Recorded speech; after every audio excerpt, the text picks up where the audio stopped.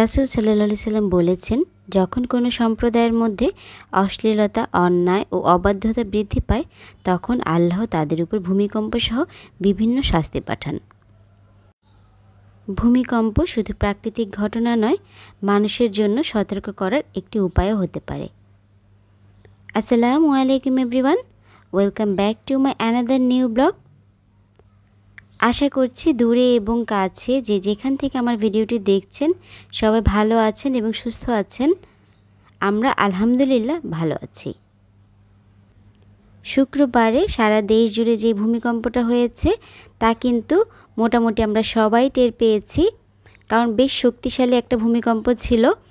আমার লাইফে আমি এখন পর্যন্ত যতগুলো ভূমিকম্প উপলব্ধি করতে পেরেছি, এত শক্তিশালী ভূমিকম্প আমি কখনো বুঝতে পারিনি। ভূমিকম্পটা যখন হচ্ছিল আর মনে মনে চিন্তা করছিলাম আজই হয়তোবা আমাদের শেষ সময়।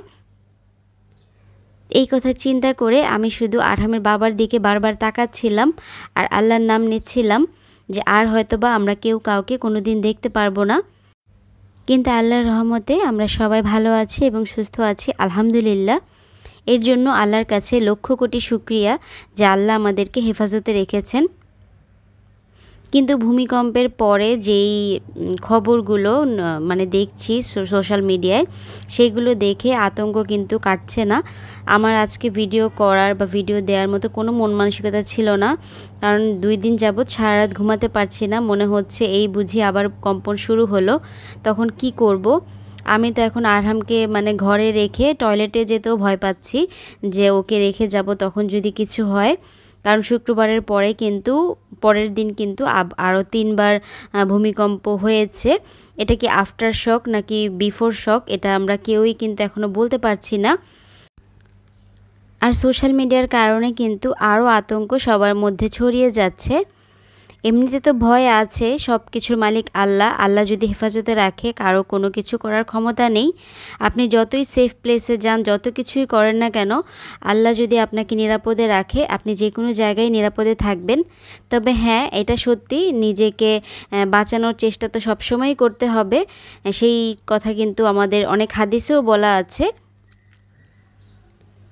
তো আজকে যে ভিডিওগুলো শেয়ার করছি এই ভিডিওগুলো আমার আগে করা ছিল। বললাম না মন মানসিকতা একদমই ভালো নেই, আমার হাতে না কোনো কাজকর্মও উঠছিল না। তো যেদিন ভূমিকম্পটা হয়েছে শুক্রবারে, আমরা সকালবেলায় বাইরে গিয়েছিলাম নাস্তা করার জন্য। আমরা শুধু বাসায় ঢুকেছি, আমরা যদি আর কয়েকটা সেকেন্ড লেট করতাম তাহলেই কিন্তু আমরা লিফটের মধ্যে থাকতাম। তো লিফটের মধ্যে থাকলে কি অবস্থা হতো একবার চিন্তা করে দেখেন। আমি শুধু বাসায় ঢুকে মানে ফিল্টার থেকে পানি নিতে গিয়েছি, তখনই দেখি একদম পুরো ঘরে ঝনঝন একটা শব্দ শুরু হয়ে গিয়েছে। তারপরে আমরা 3 জন মিলে একটা সেফ জায়গায় দাঁড়ালাম, কিন্তু আমি শুধু ফিল্টারের পানিটার দিকেই তাকিয়েছিলাম যে ভূমিকম্পটা কখন থামবে, পানিটা স্টপ হবে। যখন দেখলাম যে পানিটা থামছেই না সহজে, আমার মনে হচ্ছিল আজকে হয়তোবা জীবনের শেষ দিন আমাদের। যাক, তারপরেও আল্লাহ সব কিছু ঠিক করে দিয়েছেন, আমরা সবাই হেফাজতে সুস্থ আছি। কিন্তু অনেক জায়গায় কিন্তু অনেক রকমের দুর্ঘটনা ঘটেছে এবং অনেকের প্রাণও গিয়েছে এবং অনেকে আহতও হয়েছে। আসলে এরকম সিচুয়েশনে না মাথা ঠান্ডা রাখা যায় না। যতই আমরা আগে থেকে বলি বা আগে থেকে প্রিপারেশন নিয়ে রাখি যে এরকম পরিস্থিতিতে এটা করতে হবে ওইটা করতে হবে, কিন্তু যখন পরিস্থিতি সামনাসামনি হয় তখন কিন্তু এগুলো কোনো কিছুই মাথায় থাকে না, কাজ করে না। তো যাক, আল্লাহ সবাইকে সুস্থ রাখুক, ভালো রাখুক, হেফাজতে রাখুক। আর এই ধরনের কোনো প্রাকৃতিক দুর্যোগ, এরকম ভয়াবহ দুর্যোগ যাতে আল্লাহ আমাদেরকে আর না দিক। তো এদিকে আমি সকালে নাস্তা রেডি করছি। আজকে আমি একটু ঝাল ওয়াফেল তৈরি করছি সুজি দিয়ে। আপনারা দেখেছেন আমি ওয়াফেলটাতে পেঁয়াজ, কাঁচামরিচ, ধনেপাতা, একটু ক্যাপসিকাম আর একটু গাজর কুচি করে দিয়েছি, আর একটু জিরার গুঁড়ি, একটু ব্ল্যাক পেপার, লবণ, আর দিয়েছি সামান্য পরিমাণ একটু ম্যাগির যে নুডলসের মশলাটা থাকে সেটা। তো সেটা দিয়ে আমি ডিম আর একটু টক দই দিয়ে মেখে নিয়েছি। তারপরে হচ্ছে সুজি দিয়েছি আর সামান্য পরিমাণে একটু ময়দা দিয়েছি। তারপরে হচ্ছে আমি ওয়াফেল মেকারে ওয়াফেলটা বানিয়ে নিয়েছি। আপনারা চাইলে এই সেম ব্যাটারে ওয়াফেল মেকার না থাকলে আপনারা চুলায়ও প্যানকেকের মতন বানিয়ে নিতে পারেন।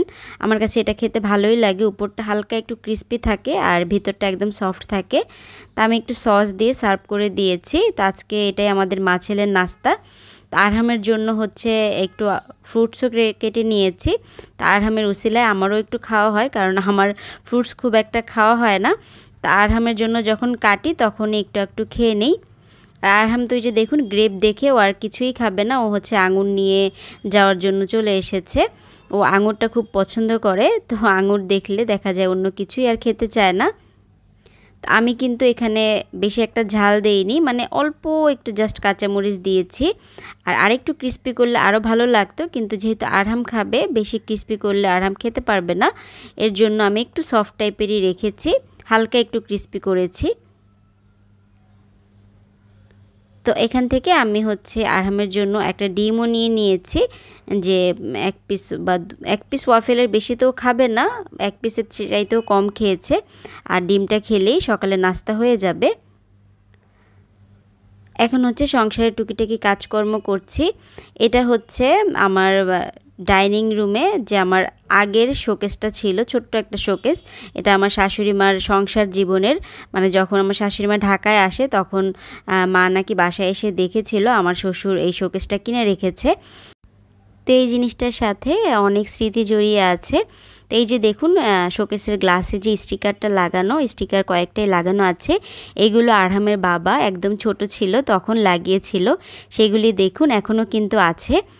তো এই শোকেসটা আমার মানে চেঞ্জ করার বা পাল্টে ফেলার কোনো ইচ্ছাই নেই, আমি যতদিন রাখতে পারি আমার কাছে রাখবো।